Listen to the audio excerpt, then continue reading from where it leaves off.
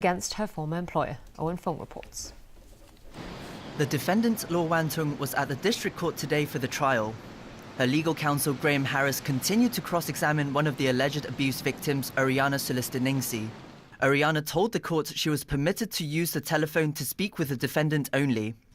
On one occasion, the ex-domestic helper alleged that the defendant hit her hand with a ruler when she answered a call from a stranger. The defense counsel, however, accused Ariana of lying and making things up. He described her claim of not being able to use the wireless telephone in the defendant's living room as complete nonsense. The defense counsel also said there were occasions when the defendant was kind to Ariana, far from being the monster as described in her testimony. The ex-domestic helper admitted that she was given leftovers from family meals each day, which included rice and meat. But she maintained that the amount was insufficient to sustain her during her long working hours. Ariana also alleged that the defendant only allowed her to go to the bathroom twice a day. As a result, she had to urinate in plastic bags and then throw them in with the rubbish. The defense counsel, however, challenged Ariana's account, stating that the domestic helper had a problem controlling her bladder and was given adult diapers to wear by the defendant. Harris also asserted that the defendant was not violent after discovering Ariana stealing her children's snacks. But the ex-domestic worker disagreed with Harris, maintaining that Law punched her on that occasion. Ariana was expected to finish giving evidence today, but the proceedings had to be adjourned early as she became too emotional. She'll continue to testify tomorrow. Owen Fung, TVB News. Turning overseas again, human rights groups are calling for the prosecution of U.S. intelligence officials implicated in a Senate report which detailed the use of torture and other brutal acts on terror suspects. America's spy agency, the CIA, admitted mistakes were made, but maintained the information helped protect the U.S. and its allies. These are just some of the hundreds of pages which outline the use of torture and other brutal acts on prisoners held by U.S. authorities and its allies. Many were captured during America's so-called War on Terror after the September 11th attacks in 2001. Some were held at detention camps like Guantanamo Bay in Cuba, while others were dumped in secret jails in Eastern Europe or Central Asia, places where laws governing the mistreatment of prisoners were either lax or non-existent. Now a summary of a more than 6,000-page document by a U.S. Senate committee revealed that the CIA routinely used torture while interrogating prisoners and terror suspects. It concludes the CIA went way beyond its mandate while handling terror suspects. Detainees were often subject to harsh and brutal interrogation and treatment because CIA analysts believe, often in error, that they knew more information than what they had provided. Feinstein went on to portray a CIA in which agents with little experience were ordered to handle terror suspects, while more senior officers tacitly encouraged what was going on, didn't care, had other concerns, or were just left out of the loop.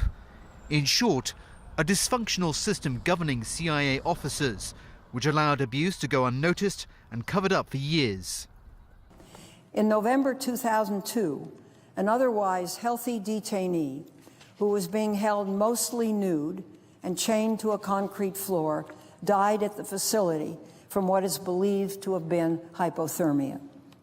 In a statement, CIA Director John Brennan said the agency made mistakes and learned from them. But he also insisted that coercive techniques used to get information from prisoners helped save American lives and thwart further attacks. The Senate committee accused the CIA of misleading the U.S. government and maintained the use of torture and other brutal acts was a violation of international law, human rights, and sullied America's reputation worldwide.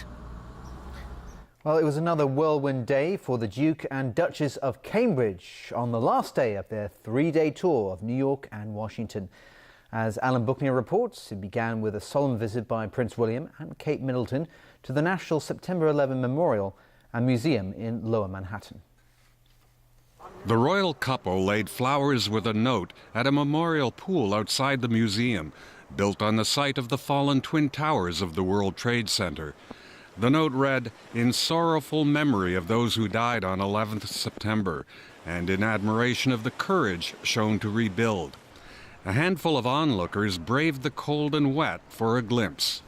I love Kate. I think she's beautiful. I think she's perfect. I love her style. I think she's a great role model for girls. And I'm very excited that I got to see her today.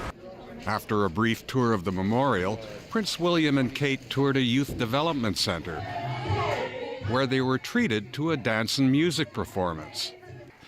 The organization focuses on projects that promote development and support for disadvantaged youth. Then it was off to the Empire State Building, where New York City Mayor Bill de Blasio took them for a tour of the iconic building's observation deck. The last event of the day was a black tie scholarship fundraiser for the royal couple's alma mater, St. Andrews, on the university's 600th anniversary. It was held at the Metropolitan Museum of Art. And while describing his education at St. Andrews as first class, Prince William also joked about it. But it's often said by the undergraduates of St. Andrews that you leave university in either one of two states, either married or an alcoholic. Well, fortunately for Catherine and me, we ended up married. But New York and the United States, more generally, feels like home for a St. Andrews graduate like myself. Graduates have been coming this way for centuries. This packed room testifies to the links that have existed over time and whose binds really matter. It was the first trip to New York and Washington for the royal couple. Alan Brooknia, TVB News. A South African judge has ruled prosecutors can appeal Oscar Pistorius' acquittal on charges of murdering his girlfriend, Reva Steenkamp. The judge said she was satisfied that the chief prosecutor had raised questions of law that should be reviewed by the Supreme Court of Appeal. The prosecution argued the trial judge incorrectly interpreted a legal principle. Pistorius was convicted of culpable homicide and sentenced to a 5-year prison term in October. He could be released from prison into house arrest after serving 10 months of his sentence. But he now faces the prospect of a possible murder conviction. All right, Tony, over to you for sports. That's right, we've got Champions League to talk about.